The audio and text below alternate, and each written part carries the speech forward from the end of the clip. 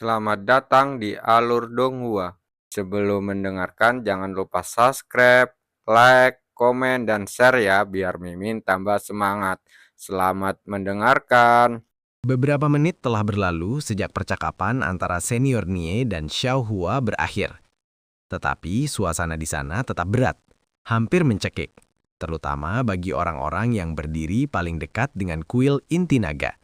Xiao Hua, ini harta karunku. Simpanlah ini sementara aku memasuki alam mistik. Yuan menyerahkan cincin spasial dan kantung penyimpanannya kepada Xiao Hua. Xiao Hua akan melindungi harta karun itu tanpa gagal, kata Xiao Hua kepadanya dengan ekspresi serius di wajahnya, bertindak seolah-olah dia diberi tanggung jawab besar. Siapa yang berani mencuri dari Raja Roh di surga bawah? Feng Yuxiang menangkat alisnya. Xiao Hua bisa meninggalkan harta Yuan di tanah, pergi tidur siang dan kembali dengan harta itu masih terliak di tanah, sama sekali tidak tersentuh. Ngomong-ngomong, apa yang akan Anda lakukan dengan senjata jiwa Anda, Tuan Muda? Feng Yuxiang tiba-tiba bertanya kepadanya. Senjata jiwa? Long Yijun dan yang lainnya menoleh dengan mata terbelalak penuh keterkejutan setelah mendengar percakapan mereka. Bahkan mengabaikan bagaimana Feng Yuxiang memanggil Yuan sebagai Tuan Muda. Hah? Apa maksudmu? Aku tidak bisa membawa harta karun ke dalam, jadi aku harus meninggalkannya di luar sini, kata Yuan. Namun senjata jiwa itu unik. Senjata itu harus berada dalam jarak tertentu dari tuannya, jadi tidak ada cara lain. Apa yang terjadi jika aku terlalu jauh dari mereka? Tanya Yuan kemudian. Aku rasa akan lebih baik jika aku menunjukkannya padamu, kata Feng Yuxiang. Lalu melanjutkan, bisakah kau berikan salah satu senjata jiwamu padaku sebentar? Yuan mengangguk lalu mengambil Starry Abyss dari cincin spasial sebelum menyerahkannya kepada Feng Yuxiang. Begitu berhasil menguasai Starry Abyss, Feng Yuxiang tiba-tiba melesat ke langit dan terbang pergi, bertindak seperti pencuri dalam situasi ambil dan lari. Gerakan Feng Yuxiang yang tiba-tiba menarik perhatian semua orang di sana, termasuk senior Nie. Kemana dia mau pergi? Mereka semua bertanya-tanya. Namun senior Nie lebih tertarik pada jurang berbintang yang berada dalam genggamannya. Apakah itu senjata jiwa? Senior Nie bergumam dengan suara tercengang, karena dia tidak menyangka akan menemukan senjata jiwa di surga bawah. Hanya dalam beberapa menit, Feng Yuxiang berhasil terbang hampir 100 mil jauhnya dari alam mistik. Dan tepat saat dia mencapai 100 mil, jurang berbintang di tangannya tiba-tiba menghilang. Sementara itu, di alam mistik, Yuan terkejut ketika jurang berbintang tiba-tiba muncul di hadapannya, seperti hantu. Bagaimana bisa? Yuan benar-benar bingung dengan fenomena ini. Senjata jiwa terikat pada pemiliknya. Jika mereka terlalu jauh dari tuannya, mereka akan segera berteleportasi kembali kepada mereka. Hampir seperti halnya mereka memiliki pikiran sendiri. Jelas Xiao Hua kepadanya. Feng Yuxiang kembali beberapa saat kemudian. Apakah Anda sudah mengerti sekarang, Tuan Muda? Anda tidak akan bisa lepas dari senjata jiwa Anda. Namun aku tidak tahu bagaimana cara kerjanya dengan alam mistik, kata Feng Yuxiang kepadanya. Sesaat setelah ucapan Feng Yuxiang, suara senior Nie tiba-tiba terdengar. Senjata jiwa adalah pengecualian dan diperbolehkan masuk ke alam mistik karena dianggap sebagai bagian dari individu. Awalnya aku tidak menyebutkannya karena aku tidak menyangka akan ada seseorang dengan senjata jiwa di sini. Selamat anak muda, kau sekarang beberapa ratus langkah lebih maju dari orang lain bahkan sebelum kau masuki alam mistik. Apa? Dia bisa membawa harta karun yang sangat berharga ke dalam sementara kita semua harus masuk dengan tangan kosong. Itu sangat tidak adil. Para peserta lain langsung mulai mengeluh, merasa sangat iri dengan senjata jiwa milik Yuan. Begitu. Kalau begitu aku akan membawa senjata jiwaku, kata Yuan. Hah? Senjata jiwa? Long Yijun dan yang lainnya mengangkat alisnya. Kau punya lebih dari satu? Tanya El Tuaswan dengan suara melamun. Yuan mengangguk lalu dia mengeluarkan senjata jiwa lainnya, Empyrean Overlord. Lupakan yang lain, bahkan senior Nie pun ternganga saat melihat Yuan memegang dua senjata jiwa, satu di masing-masing tangan. Mengabaikan kesulitan mendapatkan dua senjata jiwa, bakat seperti apa yang dibutuhkan untuk menggunakan dua senjata jiwa secara bersamaan? Senior Nie belum pernah melihat bakat seperti itu sebelumnya di dalam surga spirit. Dan mereka memiliki banyak jenius tangawi yang akan membuat sebagian besar orang di sini malu. Siapakah pemuda itu sebenarnya? Aku tidak bisa melihat sepenuhnya bakatnya, teriak senior Nie dalam hati. Ngomong-ngomong, Tuan Muda, Anda bisa menyimpan senjata jiwa Anda di dalam tubuh Anda, kata Feng Yuxiang kepadanya. Benarkah? Bagaimana caranya? Tanya Yuan. Bayangkan saja tubuhmu sebagai cincin spasial dan senjata jiwa tersimpan di dalam tubuhmu. Yuan mengangguk dan mengikuti instruksi Feng Yuxiang. Sesaat kemudian, Empyrean Overlord dan Starry Abyss menghilang dari tangannya, namun dia masih bisa merasakan kehadiran mereka di dalam tubuhnya, hampir seperti halnya bagaimana Feng Yuxiang bersemayam di dalam tubuhnya. Aku rasa aku sudah siap memasuki alam mistik. Sampai jumpa lagi nanti, kata Yuan kepada Long Yijun dan yang lainnya yang terlalu lalai untuk merespon dengan benar. Ya, semoga berhasil, gumam Long Yijun dengan suara rendah. Sampai jumpa lagi murid Yuan, kata El Tua San dan El Tua Xuan. Jangan beri mereka kelonggaran, murid Yuan, kata El Tua Dai kepadanya sambil tersenyum. Benar sekali, hajar mereka sampai babak belur, Tuan Muda, buat mereka menyesal telah dilahirkan. Feng Yuxiang bersorak untuknya. Semoga menyenangkan, kakak Yuan, kata Xiao Hua kepadanya dengan ekspresi santai, seolah-olah dia tidak khawatir sama sekali bahwa dia benar-benar yakin dengan kemampuan Yuan. Sampai jumpa lagi, Yuan, kata Mei Shu kepadanya. Setelah mengucapkan selamat tinggal, Yuan, Xie Jie dan Gao Donnya mendekati peserta lain dengan token mereka di tangan mereka. Pada saat itulah para pemimpin sekte dan semua ahli di sana menyadari sesuatu, karena mereka terlalu terkejut oleh banyak hal sehingga tidak menyadari hal ini sebelumnya. Tunggu sebentar, Master Roh itu ternyata peserta, tapi dia jelas-jelas menggunakan seragam El Tua Sekte Kuil Inti Naga, dan kalau aku belum bilang, dia kan Master Roh. Benar sekali, bagaimana mungkin seorang Master Roh bisa memenuhi syarat untuk alam mistik? Apa yang terjadi di sini, Ketua Sekte Long? Para ahli di sana tidak mau percaya bahwa seseorang di bawah usia 30 tahun bisa menjadi Master Roh. Jika seseorang seperti itu benar-benar ada dan masuk ke alam mistik, para peserta lain tidak akan mampu bersaing dengan orang seperti itu. Itu akan menjadi pembantaian sepihak. Long Yijun tertawa terbahak-bahak setelah melihat reaksi para pemimpin sekte lainnya, dan dia berbicara dengan suara lantang dan jelas sehingga semua orang bisa mendengarnya. Aku tahu banyak dari kalian yang tidak percaya dan meragukan segalanya saat ini, dan aku tidak menyalahkan kalian. Bahkan, aku mungkin akan melakukan hal yang sama jika aku berada di posisi kalian. Namun, inilah kenyataan. Muridku bukan hanya seorang Master Roh, tetapi dia juga baru berusia 18 tahun. Hahaha, semoga beruntung bagi semua yang berpartisipasi di alam mistik. Jika aku boleh memberi kalian satu nasihat, menyerahlah selagi masih bisa. Wajah para pemimpin sekte dan para peserta sama-sama pucat pasi setelah mendengar kata-kata Long Yijun. Wajah mereka dipenuhi rasa tidak percaya dan keterjukutan yang luar biasa. Mencapai tingkat Master Roh di usia 18 tahun, dari mana asal monster kultivasi ini? Dan mengapa kuil Inti Naga memiliki seseorang seperti dia yang membantu mereka? Ranah Master Roh, 18 tahun. Gumam senior Nie dengan suara rendah tanpa sadar membandingkan bakat Yuan dengan para jenius terbaik di surga roh. Sementara itu, peserta lainnya menatap Yuan dengan tatapan takjub saat mereka melihatnya perlahan mendekati mereka dengan aura yang tak terduga mengelilingi sosoknya saat ini.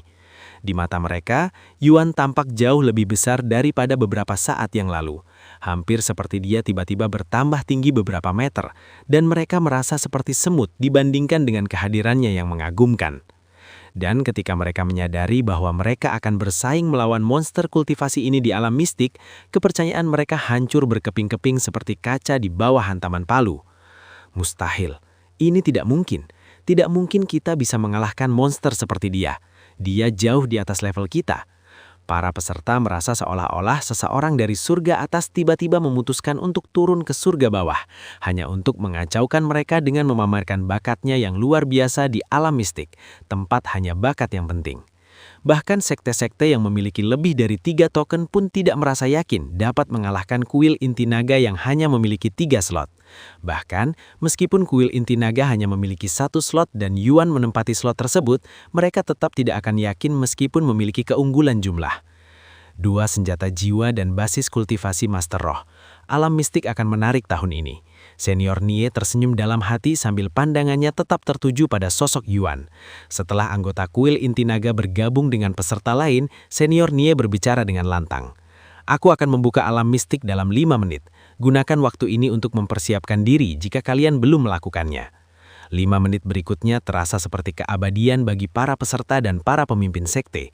Meskipun ini adalah kesempatan langka bagi para peserta untuk memamerkan bakatnya di hadapan seseorang dari surga roh, monster kultivasi ini begitu saja muncul dan mencuri semua perhatian tanpa usaha apapun.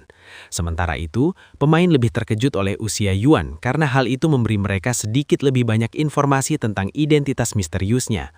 Pemain Yuan baru berusia 18 tahun, sungguh temuan yang luar biasa.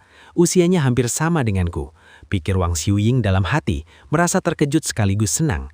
Master Roh, dia jelas memiliki tingkat kultivasi tertinggi di antara semua pemain saat ini, pikir Kaisar Listrik dalam hati, menyadari betapa dia telah meremehkan keunggulan pemain Yuan. Setelah 5 menit keheningan, Senior Nie berbicara.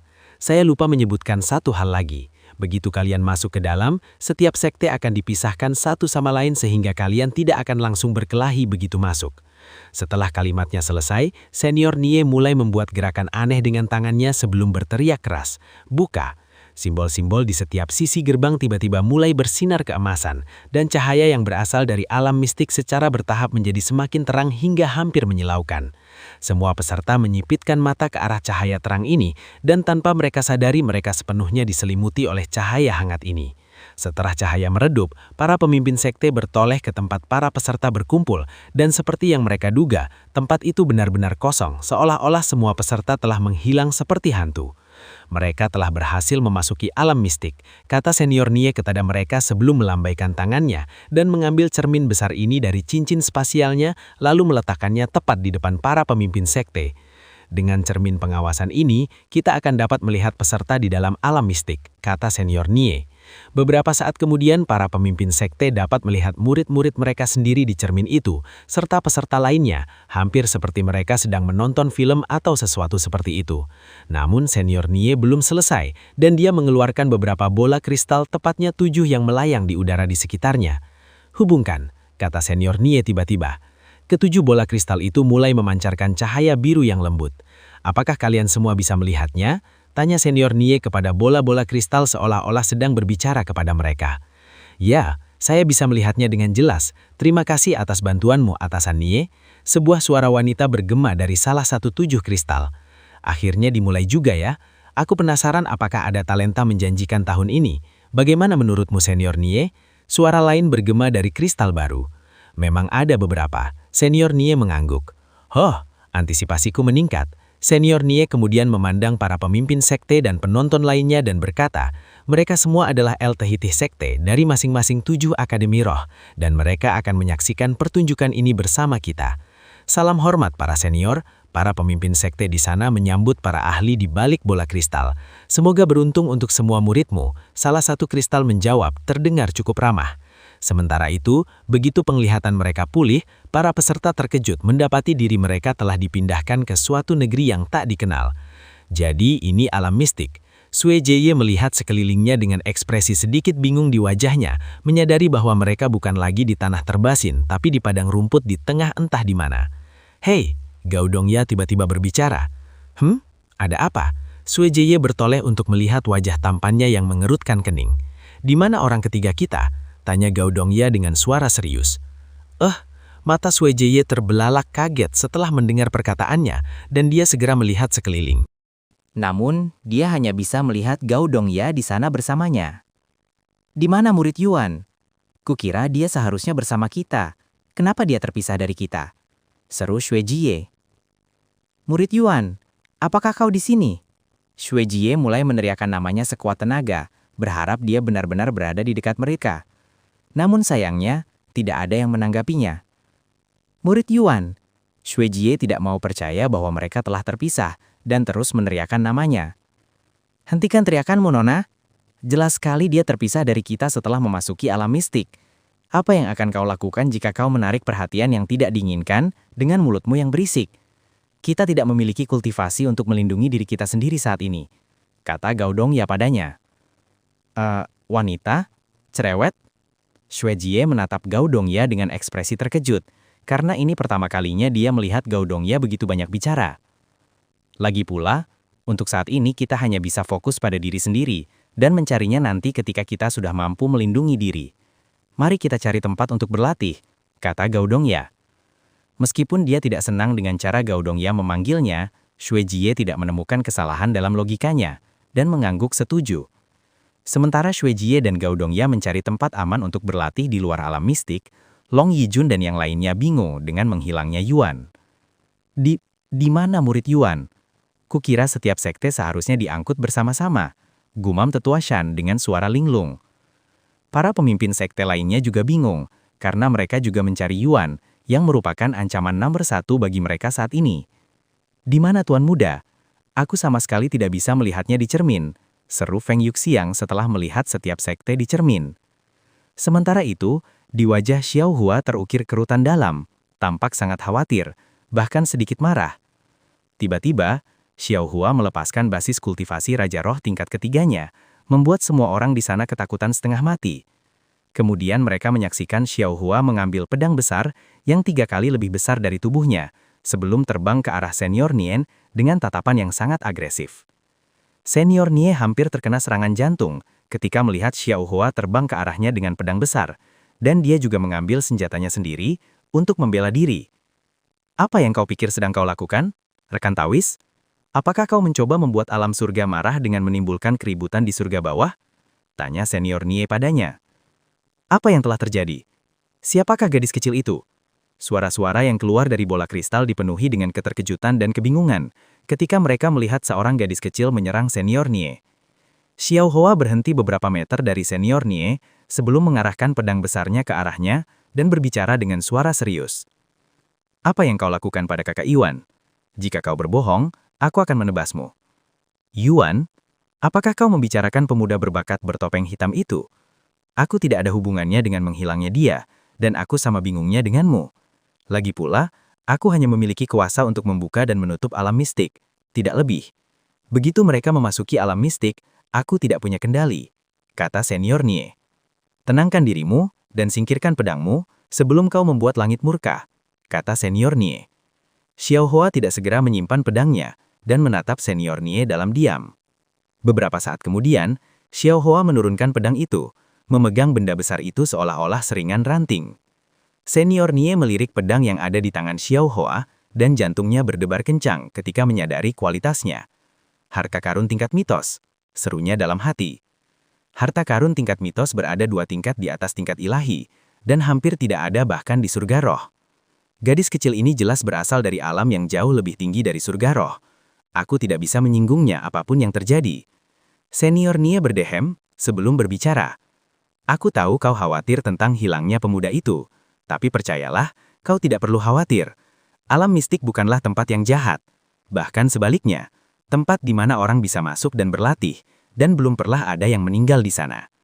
Mengenai mengapa pemuda itu terpisah dari kelompoknya, kita hanya bisa berasumsi bahwa alam mistik telah melakukan kesalahan, dan memisahkannya secara tidak sengaja. Tapi kau tidak perlu khawatir, karena kemungkinan besar dia akan muncul cepat atau lambat. Setelah hening sejenak, Xiao Hua berkata, jika kakak Yuan tidak balik dalam 1 bulan, Xiao Hua akan membuatmu bertanggung jawab. Senior Nie menelan ludah dengan gugup setelah mendengar kata-kata ancaman Xiao Hua. Hei, kau pikir kau sedang berbicara dengan siapa?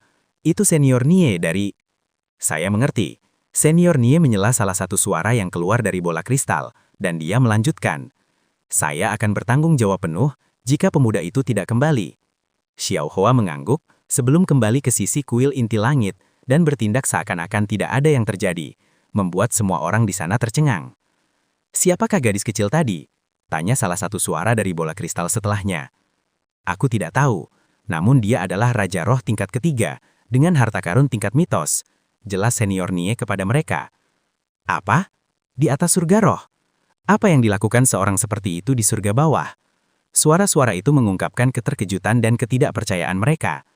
Aku tahu, awalnya aku hampir tidak percaya, tapi aku tidak mengenal Xiao Hua di alam roh, dan mustahil orang seperti itu bukan siapa-siapa.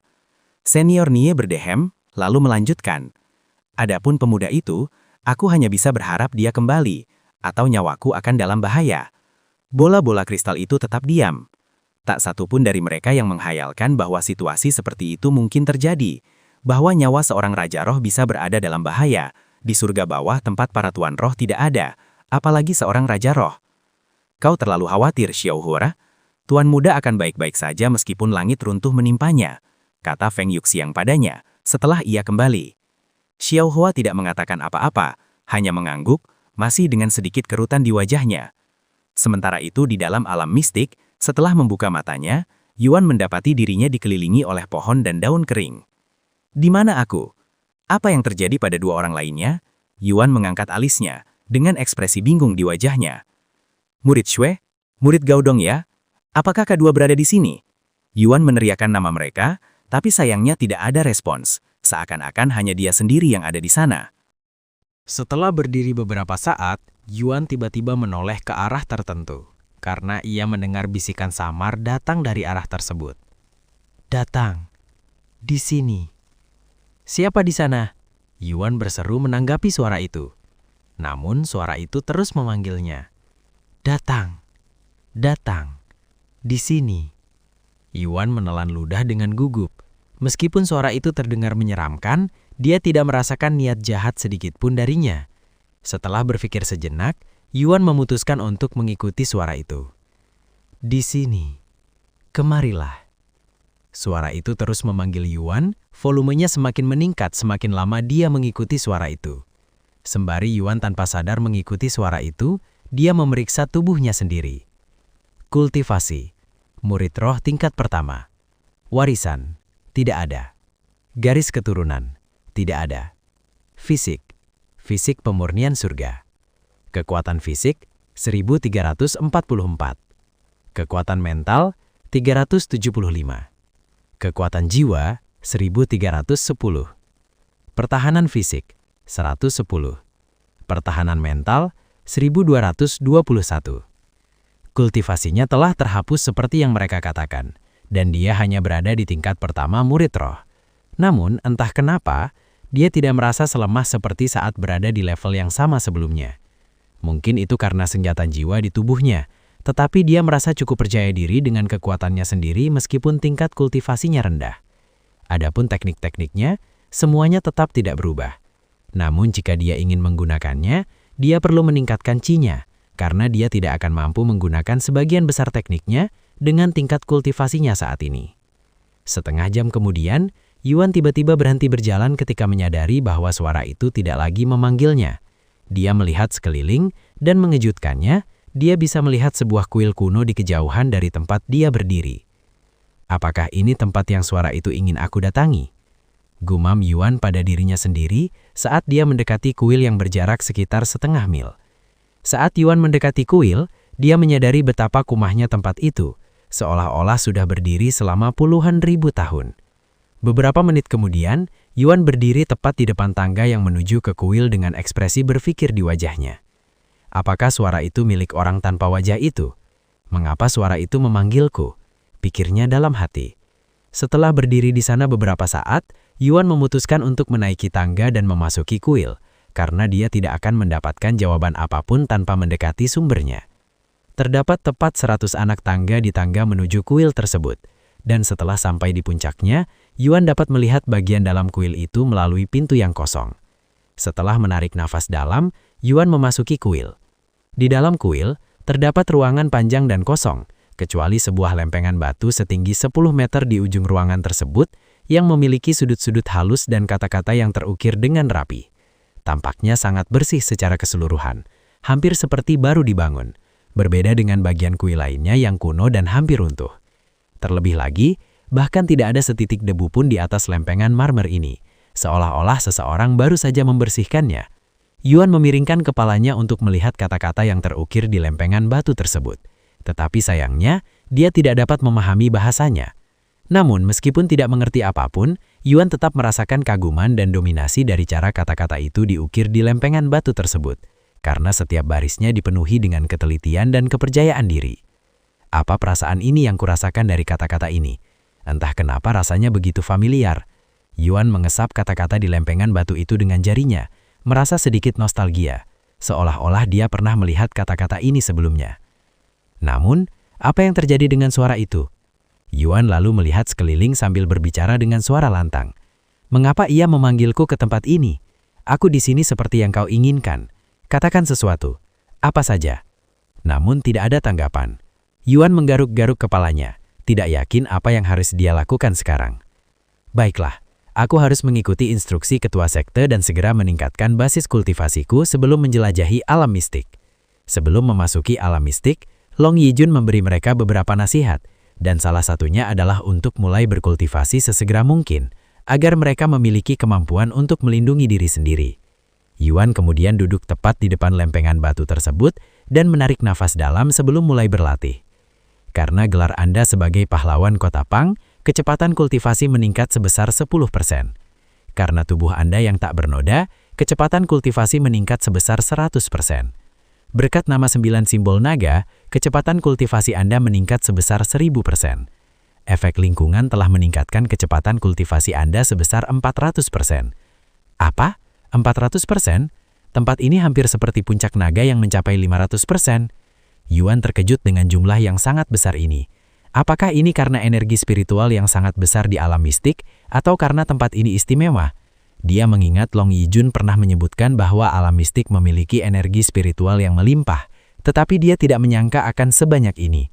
Dengan kecepatan ini, dia akan mencapai tingkat prajurit roh dalam waktu singkat. Maka Yuan mulai melafalkan teknik kultivasi dalam hatinya, menyerap energi spiritual di kuil itu dengan cepat. Plus 7.502 energi. Plus 7.411 energi. Anda telah menyerap cukup Qi untuk mencapai terobosan. Anda telah mencapai tingkat kedua murid roh. Semua statis plus 150. Setelah hanya 2 detik berlatih, Yuan mengalami terobosan dan mencapai level kedua. Beberapa detik kemudian, dia memasuki tingkat ketiga dan seterusnya. Anda telah menyerap cukup Qi untuk mencapai terobosan. Anda telah mencapai tingkat ketiga murid roh. Anda telah mencapai tingkat keempat murid roh. Anda telah mencapai tingkat kelima murid roh. Hanya dalam waktu kurang dari 10 menit sejak dia mulai berkultivasi, Yuan berhasil meningkatkan tingkat kultivasinya hingga 1 tingkat penuh, memasuki level prajurit roh pertama dengan mudah. Anda telah mencapai prajurit roh tingkat pertama. Semua statis plus 1000. Yuan berdiri untuk meregangkan tubuh setelah memasuki alam prajurit roh ketiga kalinya dalam hidupnya. Suara itu belum juga kembali. Mengapa sebenarnya suara itu membawaku ke tempat ini? Mungkin ada hubungannya dengan lempengan batu ini, tapi aku tidak mengerti. Yuan mengelak. Saat dia bersiap untuk duduk kembali dan berlatih meditasi lagi, Yuan mendengar suara lembut bergema di belakangnya, membuat dia menoleh. Siapa kamu?" Suara itu bertanya kepadanya dengan nada sedikit gugup. Ketika Yuan berbalik, dia melihat seorang wanita muda cantik dengan rambut hitam panjang selembut sutra dan mata biru jernih mengenakan pakaian hijau polos berdiri di pintu masuk kuil, dan di wajahnya tampak ekspresi sedikit terkejut, hampir seperti dia tidak menyangka akan bertemu siapapun di tempat ini. Jauh lebih jauh, dia memegang keranjang bambu di tangannya, tampak seperti penduduk desa yang sedang mengumpulkan herbal. Namun, yang paling mengejutkannya adalah aura kuat yang menyelimuti sosok wanita muda itu. "Seorang guru roh!" Yuan berteriak dalam hati. Awalnya dia salah mengira wanita muda ini sebagai sesama peserta, tetapi tidak mungkin siapapun dapat mencapai tingkat guru roh secepat itu ketika basis kultivasi mereka telah dihapus setelah memasuki tempat ini.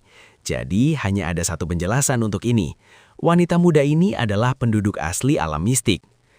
Tak seorang pun akan menyangka dia akan bertemu dengan seorang kultivator master roh begitu cepat setelah memasuki alam mistik. Namun, apakah pertemuan ini membawa keberuntungan atau tidak, masih belum diketahui. "Halo," Yuan menyapanya dengan suara ramah, lalu melanjutkan, "Namaku Yuan." "Yuan?" Wanita cantik bermata biru itu mengangkat alisnya, lalu bertanya, "Aku tidak mengenalmu. Apa yang kau lakukan di sini, di prasasti batu tuanku?" "Tuanmu? Saya mohon maaf sebelumnya jika saya tidak seharusnya berada di sini, tetapi saya dipanggil ke sini oleh sebuah suara," kata Yuan padanya. "Sebuah suara? Apa yang suara itu katakan padamu?" tanya wanita cantik bermata biru itu, tampak tertarik dengan situasinya. "Itu hanya menyuruhku datang ke sini," Yuan mengangkat bahu. "Begitu ya," gumam wanita cantik bermata biru itu sebelum mulai bergerak lagi, mendekati arahnya atau lebih tepatnya lempengan batu di belakang Yuan. "Aku kira kau bukan berasal dari sini karena aku tidak mengenali auramu," katanya kepadanya. "Iya, aku datang ke sini bersama teman-teman muridku, tapi entah kenapa kami terpisah." Yuan menjelaskan situasinya secara singkat. "Jadi begitu, wanita bermata biru itu berhenti bergerak begitu dia berdiri tepat di depan lempengan batu itu. Kemudian dia meletakkan keranjang bambu di tangannya sebelum berlutut di lantai dan bersujud di depan lempengan batu itu. Setelah terdiam sejenak, wanita muda itu mengangkat kepalanya dan mengambil handuk dari keranjang, lalu mulai menyekap lempengan batu itu seolah-olah itu adalah harta karun yang rapuh. Tempat apa ini? Yuan memutuskan untuk bertanya padanya. Tempat ini tidak memiliki nama dan tidak memiliki tujuan lain selain menyimpan lempengan batu tuanku, jawabnya dengan suara tenang. Tuanmu? Yuan mengangkat alisnya. Iya, keluarga saya telah bakti kepadanya selama bergenerasi, dan tugas saya adalah membersihkan lempengan batunya sebulan sekali. Namun, saya datang ke sini setidaknya seminggu sekali karena tidak ada pekerjaan lain. Setelah beberapa menit membersihkan lempengan batu itu, dia menoleh dan menatap Yuan, lalu berkata, "Kau menyebutkan ada suara yang memanggilmu ke tempat ini, kan?" Yuan mengangguk. "Baiklah, sebenarnya ada penghalang yang terbuat dari aura pedang yang melindungi kuil ini, jika kau belum tahu, dan kecuali kau dilindungi oleh berkah keluargaku, mustahil untuk mendekati tempat ini, apalagi memasuki kuil." Wanita bermata biru itu mengungkapkannya kepadanya. "Aura pedang?" gumam Yuan dengan suara rendah, merasa kata ini sangat familiar. Setelah berpikir sejenak, dia teringat Xiao Hoa pernah menjelaskan aura pedang kepadanya secara singkat. "Aku tidak tahu bagaimana kau melewati penghalang itu atau apapun tentang suara yang kau dengar, tetapi kau berada di sini karena suatu alasan." "Begitu, terima kasih. Boleh saya tahu nama Anda?" tanya Yuan setelah menyadari bahwa dia belum memperkenalkan diri. Gadis muda itu kemudian berkata, "Namaku Lan Yingying, dan aku adalah penjaga kuil yang tidak bernama ini." Nona Lan, jika Anda tidak keberatan saya bertanya, apakah Anda tahu apa yang tertulis di lempengan batu ini? Mungkin itu bisa memberi saya petunjuk atau semacamnya. Yuan tiba-tiba bertanya padanya. Lan Yingying menoleh ke arah lempengan batu itu dan berkata, "Kata-kata yang tertulis di lempengan batu tuanku tidak berarti apa-apa, jika itu memang bisa disebut kata-kata." "Hah? Apa maksudmu?" "Simbol-simbol ini adalah bekas tebasan pedang yang dibuat oleh tuanku ketika beliau masih hidup dan berlatih aura pedangnya. Setidaknya itu yang dikatakan legenda." "Legenda? Sudah berapa lama sejak dia meninggal?" Lan Yingying menggelengkan kepalanya dan berkata, "Kita tidak tahu pasti kapan beliau menghilang, tetapi pasti beberapa ratus ribu tahun yang lalu." Beberapa ratus ribu tahun yang lalu?" seru Yuan karena dia benar-benar tidak menyangka bahwa orang ini telah meninggal selama waktu yang begitu lama. "Dan kau masih membersihkan prasasti batunya meskipun sekian lama? Apa tujuannya?" Yuan tak kuasa menahan diri untuk bertanya. "Ketika tuanku masih hidup, beliau menerima leluhur keluargaku sebagai pelayannya, dan keluarga kami telah melayaninya sejak saat itu, meskipun beliau sudah tidak ada di dunia ini lagi. Membersihkan prasasti batunya telah menjadi tradisi dalam keluarga kami sejak beliau wafat." "Baiklah, aku akan pergi sekarang. Aku tidak keberatan jika kau tetap di sini, tetapi jangan membuat berantakan, atau aku akan marah," kata Lan Yingying kepadanya sebelum meninggalkan kuil. Yuan memutuskan untuk tetap tinggal di tempat ini karena dia ingin memastikan bahwa tidak ada apa-apa di sini untuknya. Setelah Lan Yingying pergi, Yuan kembali duduk di depan lempengan batu itu. Meskipun dia tidak yakin apa yang istimewa dari lempengan batu itu, dia merasa bahwa itu berkaitan dengan alasan mengapa dia dipanggil ke tempat ini. Maka dari itu, dia mulai berkultivasi lagi. Sekitar 1,5 jam kemudian, dia memasuki level prajurit roh tingkat kedua. 1 jam kemudian, dia berhasil mencapai level ketiga prajurit roh. Yuan mengarik nafas dalam dan membuka matanya, menghentikan kultivasinya untuk melihat lempengan batu di depannya. Bekas tebasan pedang. Tatapan Yuan terfokus pada bekas tebasan yang sangat bersih dan tajam di tablet itu. Setelah menghabiskan 2 jam mengamati bekas pedang, Yuan kembali berlatih selama 2 jam lagi, dan mencapai alam prajurit roh tingkat keempat. Yuan mengulangi proses ini hingga langit mulai terasa gelap. Pada akhirnya, dia berhasil mencapai alam prajurit roh tingkat kelima. Setelah keluar dari permainan, Yuan sudah bisa mencium aroma masakan Meishu untuk makan malam. "Apa yang terjadi padamu, Yuan? Kau tidak bersama 2 murid yang lain?" tanya Meishu kepadanya saat makan malam. "Aku juga tidak tahu. Aku terpisah dari mereka sebelum aku menyadarinya." "Apakah kau baik-baik saja?" "Iya, aku menemukan area yang cukup aman ini dan berhasil meningkatkan basis kultivasiku ke alam prajurit roh tingkat 5. "Xiao Hoa, dia benar-benar mengkhawatirkanmu. Dia bahkan..." kata Meishu dan dia menjelaskan situasi yang terjadi setelah menghilangnya pria itu. Apa? Xiao Hoa yang melakukan itu? Bisakah kau memberitahunya agar tidak khawatir dan bahwa aku baik-baik saja? Kata Yuan dengan cepat. Baiklah, Meishu mengangguk. Terima kasih. Setelah makan malam, Yuan kembali ke Cultivation Online untuk berlatih lagi. Sementara Meishu pergi untuk menyampaikan kabar tentang keadaan Yuan kepada Xiao Hoa dan yang lainnya.